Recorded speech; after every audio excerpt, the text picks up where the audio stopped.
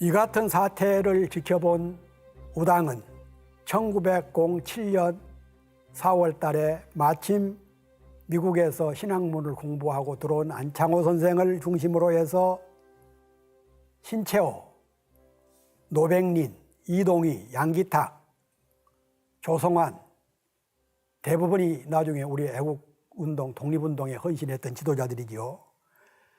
이런 분들과 비밀리에 만나서 신민회라는 것을 조직을 합니다.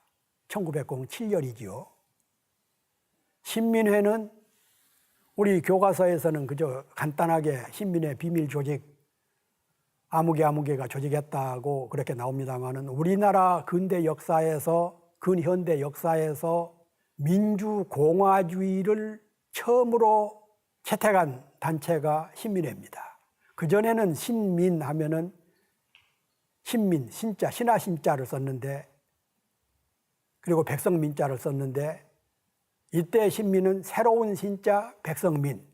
이제는 우리는 신민, 신하가 아닌 새로운 백성이다, 새로운 국민이다, 시민이다 해서 신민회라는 이름을 만들었고 조직을 했고 그리고 여기서 유명한 오산학교, 대성학교 그리고 일제강점 초기에 항일 구국신문이었던 대한매일신보를 창간하고 국민계몽운동을 펴고 많은 애국 책을 만들어내고 이런 데에 우당이 적지 않은 기금을 댔습니다. 그런데 제가 그 몇 해 전에 우당 이회영 평전을 쓰면서 이분의 생애를 쑥 조사를 해보니까 한 가지 특이한 점이 있어요. 많은 단체를 만들고 조직을 하고 자금을 대고 그러는데도 감투는 안 써요. 대부분 다른 사람들, 주변 사람들한테 그런 위치를 맡기고 자신은 돈과 조직은 하면서도 앞에 나서지는 않고 그렇습니다. 그러니까 앞에 나서지 않는다는 표현이 겁이 나서 그런 것이 아니라 한 사람이라도 더 앞세우기 위해서 좋은 자리, 높은 자리, 빛나는 자리는 다른 분을 내세우고 본인은 뒤에 쳐져서 항일운동을 하고 그걸 돌아가실 때까지 시종일관 그렇게 해왔어요. 그러던 우당이 부인하고 상처를 했죠. 그리고 1908년에 재혼을 합니다. 이때 우당은 세 자매를 둔 중년 호랍이고 부인은 명문 사대부의 처녀였죠. 이은숙 여사. 우리 독립운동사 이면에는 이은숙 여사의 공이 참 많은 부분이 있습니다. 나중에 신흥무관학교를 만들고 망명을 했을 때 돈이 떨어지니까 몰래에 4차례나 국경을 넘어서 국내에 들어와가지고 자기 친가에 가서 돈을 갖다가 독립운동에 헌신했던 그런 분이죠. 당시 사대부 가문이라 그러면은 대갓집 뜰에서 예식을 올리고 그랬는데 이때는 교회당에서 혼례를 올렸습니다. 거의 특수한 경우지요. 이런 뿐만 아니라 우당의 생애를 보면은 앞서 잠깐 설명을 했습니다마는 대단히 특수한 경우들. 자신이 비록 양반의 금수저지만 활동이나 행동이나 의식은 일반 서민들, 일반 천민들하고 똑같이 살고 똑같이 행동하고 그래서 결혼식도 당시 서민들이 했던 성당, 교회당에서 예식을 올리고 그랬습니다. 그런데 그 무렵에 여동생이 하나 있다고 그랬었죠. 여동생이 일찍 남편을 잃고 청상 과부가 돼서 외롭게 사는 것을 보고 부모님 몰래 또 이웃들 몰래 개가를 시켜서 멀리 타향으로 보냈어요. 그것도 그때 당시 풍습으로서는 거의 해서는 안 될 행동이었는데 우당 정도가 되니까 홀로 외롭게 사는 여동생의 처지가 하도 안타깝고 그리고 인간이 적어도 행복을 추구하면서 살아갈 권리가 있는데 왜 봉고 인습에 따라서 남편이 젊어서 죽었다고 해서 20대 소녀가 평생을 수절하면서 살아야 되느냐 이런 잘못된 6.25의 전통, 풍습 이런 것을 바로잡기 위해서 젊은 여동생을 재가를 시켰고 나중에 이런 얘기를 들은 부모님이 크게 칭찬을 했다.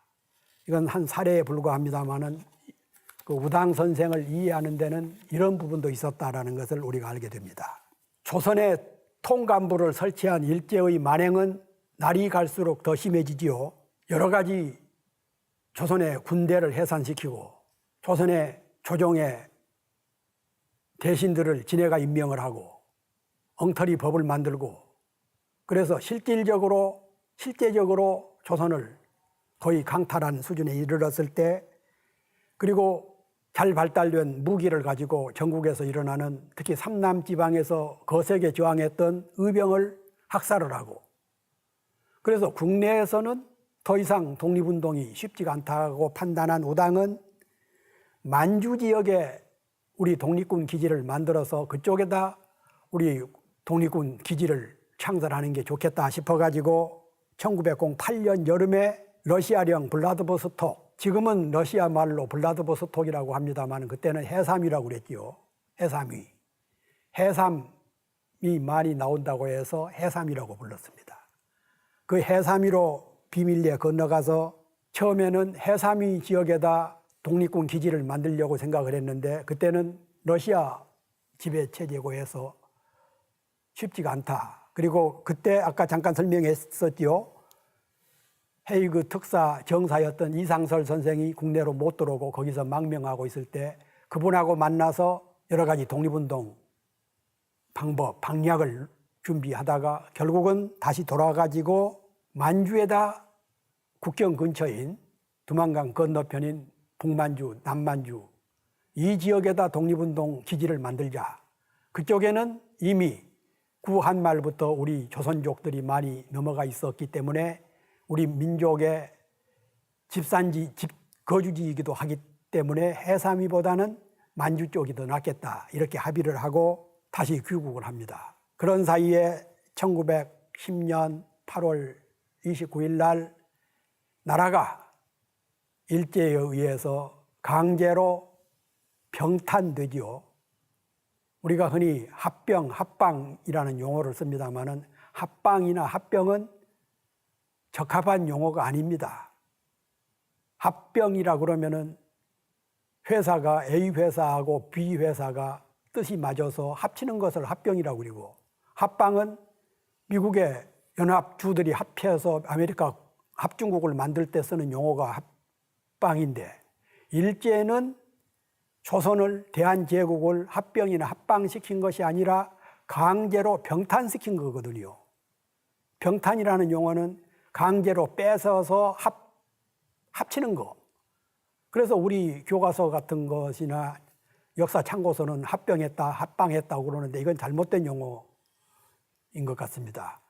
우리 대한제국을 병탄해서 왕도, 임금도, 순조 쫓아내고 이름도 대한제국에서 조선으로 바꿔버리고 그 후에 모든 것을 강제로 병탄을 시켜가지고 나라가 망하게 됐지요. 앞서 잠깐 설명했습니다마는 그 무렵에 72명이 대신 왕족, 귀족, 매국노, 친일파 이런 자들에게 72명에게 일본 왕이 주는 자귀를 수여하고 엄청난 은사금을 뿌리고 그럴 때에 우당 일가는 육형제가 모여서 결의를 합니다.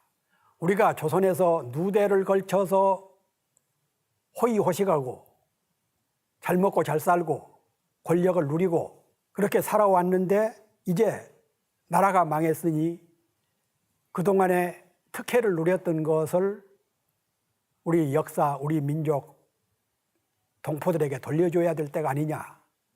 그래서 합의를 한 결과 전 재산을 팔아서 해외에다가 무관학교를 세우자. 이 무관학교를 세운다는 것은 앞서 1907년 안창호 선생, 신채호 선생, 노백린 선생 이런 분들이 모였을 때 만든 신민회의에서 결정한 사항입니다. 국내에서는 항일 무관학교 세운다는 게 현실적으로 불가능하기 때문에 해외에다가 무관학교를 세우자. 이래서 이런 뜻을 받들어서 우당 형제가 만주에다가 무관학교를 세우는데, 이때 우당 육형제뿐만 아니라 안동에 사는 이상용 선생 일가, 이분들도 귀족 집안 누대에 걸친 귀족 출신이었는데 함께 신흥무관학교를 세웠죠. 사전에 정보를 나누고 한 것이 아니고 만주에서 서로 뜻이 맞아서 거기서 함께 신흥무관학교를 세우는데 이런 분들이 참여를 하게 된 겁니다. 처음에는 이회영 일가는 통화연 합리하라는 곳에다가 기지를 세웠는데, 처음부터 독립군관학교를 세울 수는 없지요. 그래서 경학사, 학생들을 가르치는 공부하는 서당, 이런 이름으로 경학사를 세웠다가 차츰 신흥중학, 신흥무관학교로 개칭을 했고, 이런 과정에서 수많은 청년들이 협력을 했고, 또 그 지역으로 옮겨 살았던 우리 동포들, 교포들, 조선족, 이런 사람들이 지원을 했죠. 1920년대, 그러니까 1919년 3.1혁명, 김이 3.1혁명 때에 우리나라에서 독립만세를 부르다가 일제의 강압에 의해서, 총탄에 의해서 수천 명이 학살당하고 수만 명이 감옥에 가고, 그러다가 결국은 독립을 쟁취하지 못하고 좌절됐는데, 그런 그 뼈아픈 경험을 한 조선의 청년들이, 애국 청년들이 뜻을 모아서 만주로 망명을 합니다. 그래서 만주 그 산속에, 저도 여러 차례 가봤습니다마는 그 깊은 산속에다 독립군관학교를 세울 때 우리 애국 청년들이 걸어서 수개월 동안 걸어서 거기까지 찾아와 가지고 거의 10년 동안에 3,500명이라는 군관을 키워냅니다. 그런 사이에 비화가 참 많죠. 제대로 먹을 수도 없고 입을 수도 없고, 특히 깊은 산속이라 소금을 구할 수가 없어가지고 밤중에 여성들이 50리, 60리 걸어서 소금을 구해오는 그런 애환, 또 어렵게 밀을 갈고 보리를 갈고 해서 수술을 해놓으면은 만주 밀정 마적단들이 쳐들어와가지고 전부 뺏어가 버리는 그런 비극, 직접 마적의 총탄에 맞아서 죽은 그런 분, 이런 과정을 거쳐서 신흥무관학교는 10년 동안에 3,500명이라는 군관을 양성을 합니다. 제가 지금 그 신흥무관학교 공동 대표직을 맡고 있습니다마는 3,500명 중에서 지금까지 이름 석자나마 알려져 있는 분은 10분의 1, 350명. 저희들이 최근에 여러 가지 중국 자료라든가 러시아 자료, 일본 경찰 비밀 자료 이런 것을 해서 한 몇십 명을 더 찾았습니다마는, 그러나 절대 다수는 이름 석자도 알려지지 못한 조선의 무명 청년들입니다. 이분들이 있었기 때문에 청산리 전투, 봉오동 전투, 나중에는 만주에서 있었던 각종 무장투쟁, 그리고 임시정부가 수립이 되면서 광복군, 독립군, 의열단, 이런 그 애국단체 무장투쟁의 전력이, 또 그 군관이 출신들이 거의 대부분이 신흥무관학교에서 군사학을, 전술학을, 전투학을 공부했던 그런 분들입니다. 아무리 돈을 많이 가지고 갔다고 하더라도 수백 명, 수천 명의 군관학교를, 학생들을 배출하고 공부를 시키고 그러다 보니까 돈이 떨어졌지요. 그래서 한 번은 운영 자금이 바닥이 나니까 우당이 변복을 하고 국내로 들어와서 생명을 내놓고 들어온 거죠. 붙잡히면은 처형인데 돈을 구해가고, 또 나중에는 그 부인이 4차례나 변복을 하고 들어와서 만주에서 한양까지 여성의 몸으로, 젊은 여성의 몸으로 일제 경찰 정보 밀정 친일파 득식을 벌일 때 친정에 와서 돈을 구해가지고 한 번은 붙잡히기도 했어요, 일로경에. 그런데 이제 용케 변성명을 하고 해서 오래 고생은 안 했습니다만은 그런 고생 끝에 4차례나 들어왔다가 다시 돈을 모아가지고 만주로 들어가고 그랬습니다. 3.1혁명 후에 1919년 4월 달에 3.1혁명 덕택에 만주에 우리 임시정부가 세워졌는데 이 소식을 들은 우당은 상하이로 건너가서 거기서 의정원 의원에 뽑혔습니다. 의정원 의원이 그때 29명인데 조선 팔도를 대표해서 의원을, 지금 같으면 국회의원이지요. 의원을 뽑는데 서울 지역 대표로 의정원 의원이 된 거죠. 그리고 이제 당시 신채호 선생 같은 분도 충청도 대표로 이제 의정원 의원이 됐고, 그런데 처음부터 우당 선생은 임시정부라고 하지 말고 독립위원회 같은 특수한 조직으로 만들자. 임시정부라 그러면은 수직적으로 대통령이나 총리가 있고 장관이 있고 부장이 있고 그래서 참여가 얼마밖에는 안 되는데 위원회 같은 걸로 하면은 많은 사람이 참여할 수가 있다. 그 이유 중에 하나는 우리 임시정부가 수립되기 2년 전인 1917년 10월 달에, 지금이 꼭 100주년이죠. 러시아에서 볼셰비키 혁명이 일어난 겁니다. 사회주의 혁명이죠. 그래서 사회주의 혁명의 여파가 조선을 포함해서 일본, 만주, 중국, 러시아 거의 아시아 전역에 사회주의 계열 열풍이 불어 있어서 우리 독립운동 진영에서도 사회주의를 통해서 독립을 쟁취하자. 근데 지금 그 북한 정권하고는 전혀 상관이 없는 거죠. 이런 부분에 대해서는 우리가 오해를 해서는 안 되는데, 그래서 임시정부에서도 사회주의 계열을, 그리고 그때 당시 그쪽 러시아 모스크바로부터 레닌 정부로부터 독립 자금을 좀 받아오기도 하고 그랬습니다.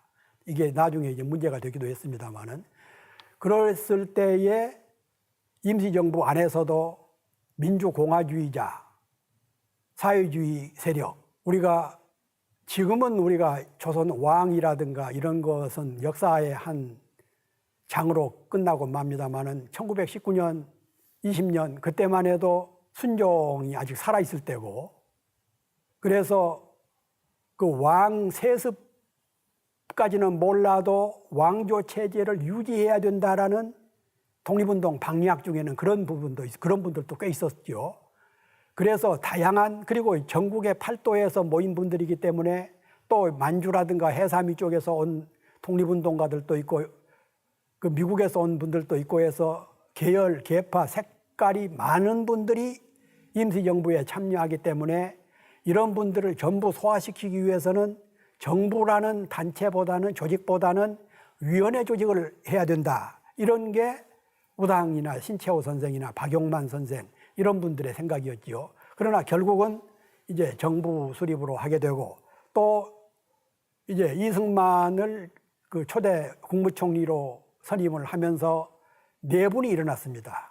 임시정부 안에서. 이유는 이승만 초대 국무총리가 1919년 1월 달에 그 미국 정부에다가 그 제안하기를 위임 통치론이라고 해서 많이들 아시죠.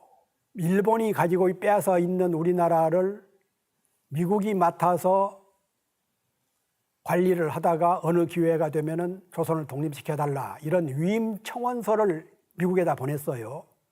그래서 우당이나 신채호나 박용만이나 이런 분들은 무장투쟁론자들인데, 무장을 통해서 일제를 타도하고 우리가 국권을 회복해야 된다는 그런 주장인데, 이승만 초대 총리의 주장은 전혀 다른 것이죠. 그래서 신채호 선생 같은 분은 이완용이는 있는 나라를 팔아먹었는데 이승만은 있지도 않은 나라를 팔아먹었다 해가지고 이런 분들이 이제 임시정부를 떠나서 상하이, 북경으로, 베이징으로 올라가 버린 겁니다. 이때 우당도 임시정부를 떠나지요.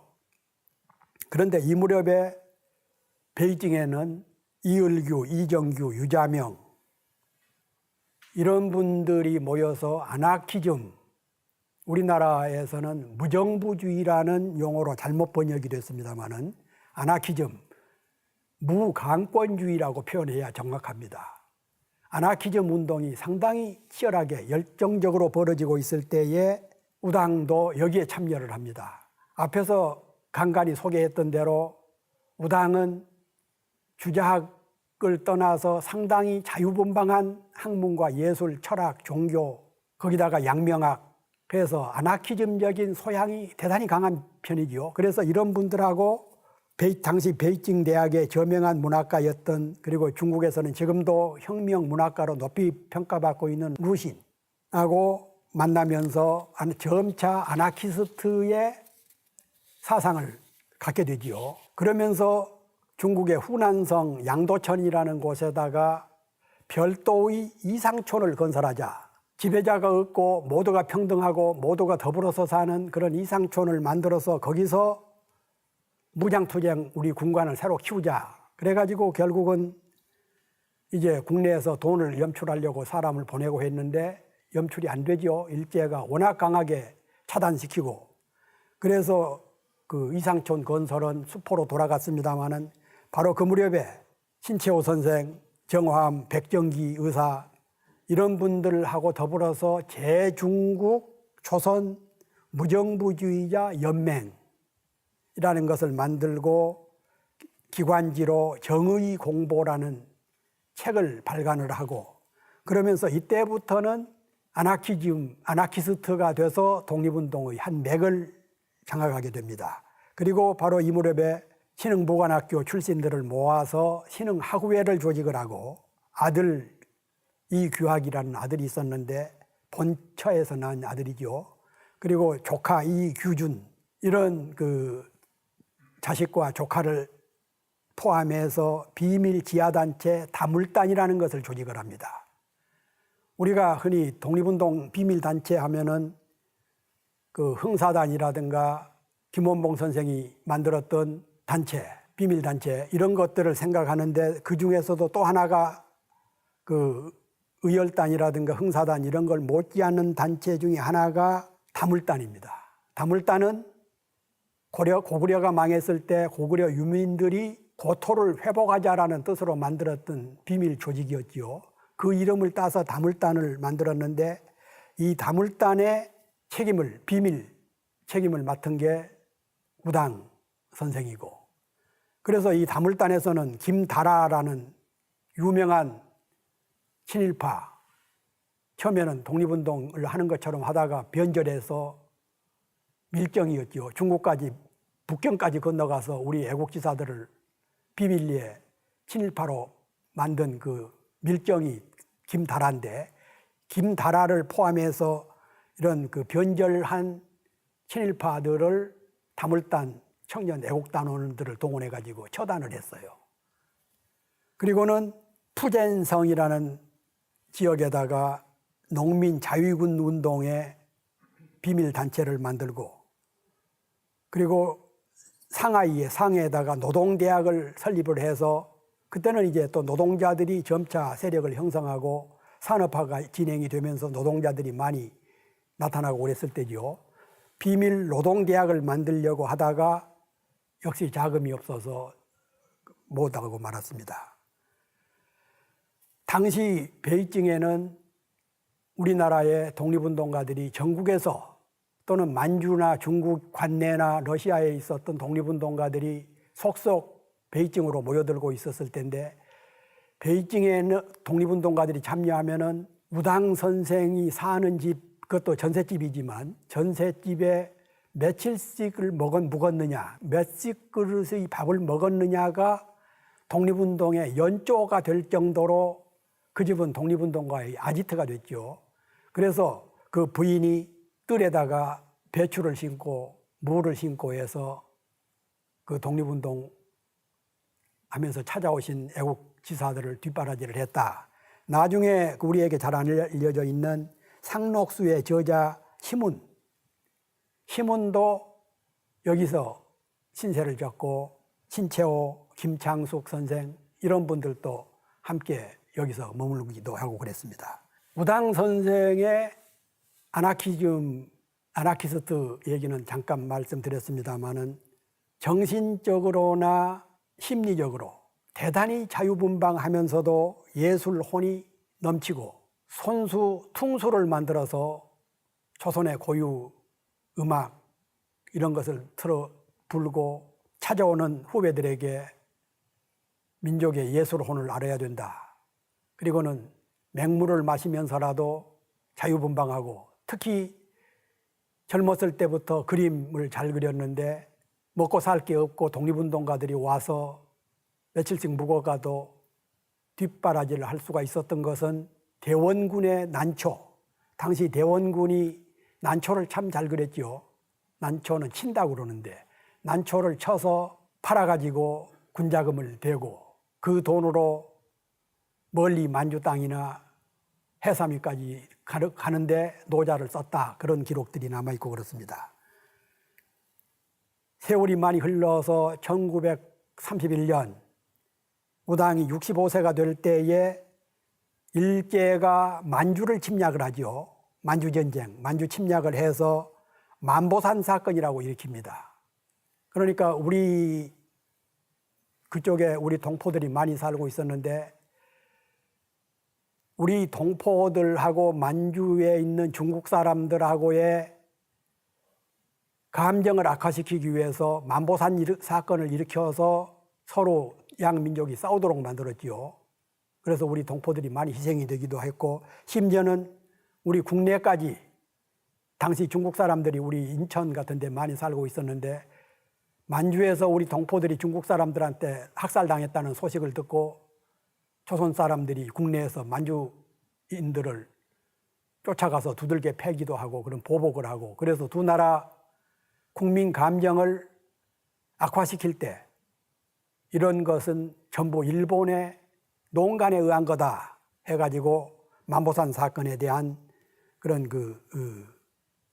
잘못된 일을 설득을 하고 그러면서 남아 한인 연맹 같은 것을 만들어서 한국인, 중국인, 만주인을 포함한 그런 남아 한인 연맹을 만들어서 이런 왜곡된 일제의 선동에 노란하지 말도록 하는 그런 운동을 펴고 그랬습니다. 그러다가 1932년 66세, 지금은 66세, 70세만 돼도 아직은 정정하고 그렇습니다만은 당시에 65세, 6세 되면 중늙은이지요. 66세인 우당은 다시 아나키즘 독립운동가들을 동원해가지고 항일 구국연맹이라는 것을 상하이에서 조직을 합니다. 우리가 비록 해외에서 떠돌고 있지만 조국 광복의 꿈은 버릴 수가 없다 싶어가지고 비밀리에 항일 구국연맹을 만들고 그 산하 단체로 흑색 공포단이 상하이에 있었던 일본 영사관을 폭파를 했지요. 흑색이라는 것은 아나키즘 운동하는 분들이 단기로 사용하는 검은색을 주로 많이 써서 흑색 용어를 많이 쓰지요. 그리고 1932년 11월 17일 날 우당은 침체된 독립운동을 다시 활력화시켜야 되겠다.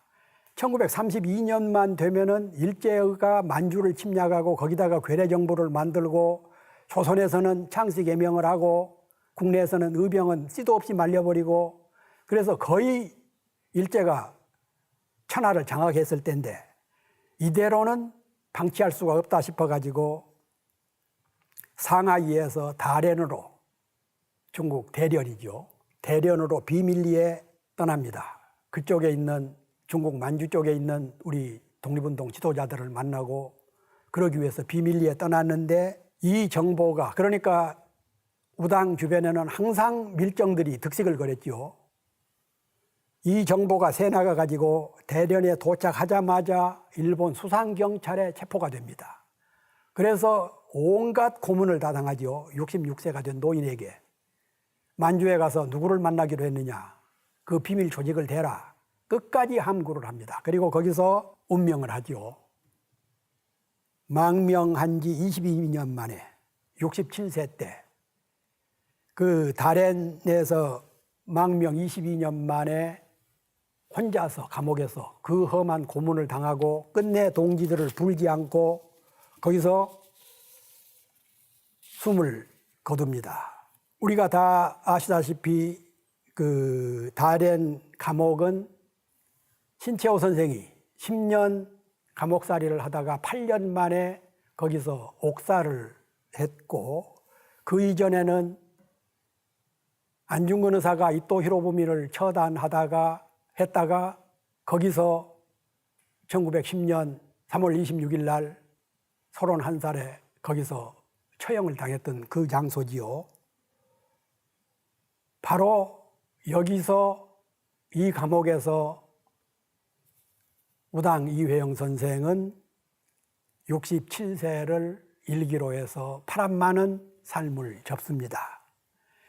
저는 이분의 생애를 돌아보면서 평전을 쓰면서 우리나라 역사에서는 보기 드문 노블레스 오블리주, 고위직에 있는 사람은 그만큼 더 많은 책임을 지고 사회에 헌신해야 된다라는 노블리즈 오블리주, 그의 상징적인 분이 우당 이회영 선생이다, 이렇게 생각을 하면서 마지막으로 몇 가지로 정리를 하겠습니다. 우당 이회영 선생은 누군가, 어떤 분인가? 첫째, 전통 유학에 탐닉하지 아니한 개신 유학을 찾는 열린 사상가다. 둘째, 왕조 체제와 공화주의 교체기에 특별하게 성장한 계명 사상가다. 셋째, 벼슬이나 감투보다 자유분방하게 살고자 했고 살아온 자유주의자다. 영혼이 참 자유로웠어요. 그리고 형식 논리의 주작보다, 넷째지요, 주작보다 실천 논리를 추구했던 양명학자다. 다섯째, 현실 안주와 저항인의 갈림길에서, 그러니까 현실 안주하냐 저항하느냐, 나라가 일본은 놈한테 뺏겼는데 현실 안주하는 사람들이 참 많았죠. 친일파가 아니더라도. 그럴 때 저항인의 갈림길에서 기득권을 포기했던 혁명가, 이렇게 표현할 수가 있고, 그리고 여섯째, 쌍놈들이 모인 상동교회에서 결혼식을 올린 파격주의자, 그리고 청상과부가 된 누이를 장례를 치르고, 자결했다고 장례를 치르고는 멀리 결혼식을 재혼시켜 멀리 보내주신 여성주의자, 그리고 머슴들을 해방시키고 존댓말을 썼던 평등주의자, 그리고 황실과 가까우면서도 같은 그 문중이었죠. 이씨 문중. 황실과 가까우면서도 신민회 창설든, 신민회는 그 공화주의라고 그랬죠. 신민회를 창설하는 등 탈근대인이다. 근대적인 세습 독재 체제, 전제 체제에서 벗어난 근대주의자다. 그리고 만국평화회의의 특사를 파견할 줄 아는, 그것을 주도한 국제주의자다. 당시 그 지식인들이 대부분 우물 안에 개구리처럼 살아갈 때 국제 정세를 꿰뚫을 수 있었던 국제주의자다. 그리고 고종 황제 앞세워서 망명정부를 세우려고 했던 통 큰 고구려인이다. 시간 관계상 이 부분은 설명을 못 드렸는데요. 잠깐 요약을 하면은 고종 황제가 살았을 때 러시아로 망명을 시켜서 거기서 우리나라 독립정부를 세우자 했다가 러시아가 일본한테 자칫하면은 그때 러일 전쟁을 해서 러시아가 일본한테 패배했을 때죠. 그래서 러시아 정부가 거부를 해가지고 이것이 성공을 못했습니다. 만약에 러시아 쪽에 고종 황제가 망명을 해서 우리 독립정부를 세웠다고 그러면은, 망명정부를 세웠다고 하면은 우리나라 독립운동사는 또 새로운 국면을 맞이했을 건데 그때 그걸 못하고 말았죠. 그리고 일가 재산 모두 팔아서 망명한 국민의 전위, 모든 재산을 팔아서 자기 재산뿐만 아니라 일가 친척의 재산까지 전부 팔아서 독립전쟁을 치른 시민의 전위가 됐다. 그리고 윗자리를 사양하고 위험한 곳을 먼저 찾아 몸을 던진 비범한 범인이다. 그리고 굴욕과 억압보다 자존과 저항을 택한 자유주의자다. 유학을 공부하고 또 나이가 들고 하면은 현실에 안주하고 또 명예와 자존을 높이 사는데 이분은 그런 것을 전부 다 버리고 자유분방한 그런 그 리버럴한 그런 모습을 보였다. 그리고 경학사와 신흥무관학교를 세운 무장투쟁의 원조다. 마지막으로 목적과 수단을 일체화시킨 리얼리스트다. 목표가 정확하면은 이 수단도 거기에 맞게 해야 된다. 그래서 독립군 기지를 만들고 망명을 하고 고종 황제를 망명시켜서 망명정부를 만들고 이런 그 목표를 정했으면은 그리고 이상촌을 만들자고 했으면은 말로만 한 것이 아니라 이것을 실천하려고 최선의 노력을 다했다가 좌절된 건 어쩔 수가 없지만 이런 것들을 일체화, 그래서 목적과 수단을 일체화시킨 리얼리스트였다. 이렇게 정리를 하면서 지금까지 우당 이회영, 그는 누구인가에 대해서 말씀을 드렸습니다. 경청해 주셔서 감사합니다.